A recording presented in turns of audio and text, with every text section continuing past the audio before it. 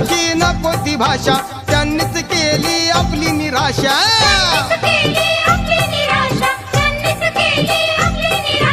अंधश्रद्धेची मनात आशा, अंधश्रद्धेची मनात आशा, घरादाराचा होईल तमाशा.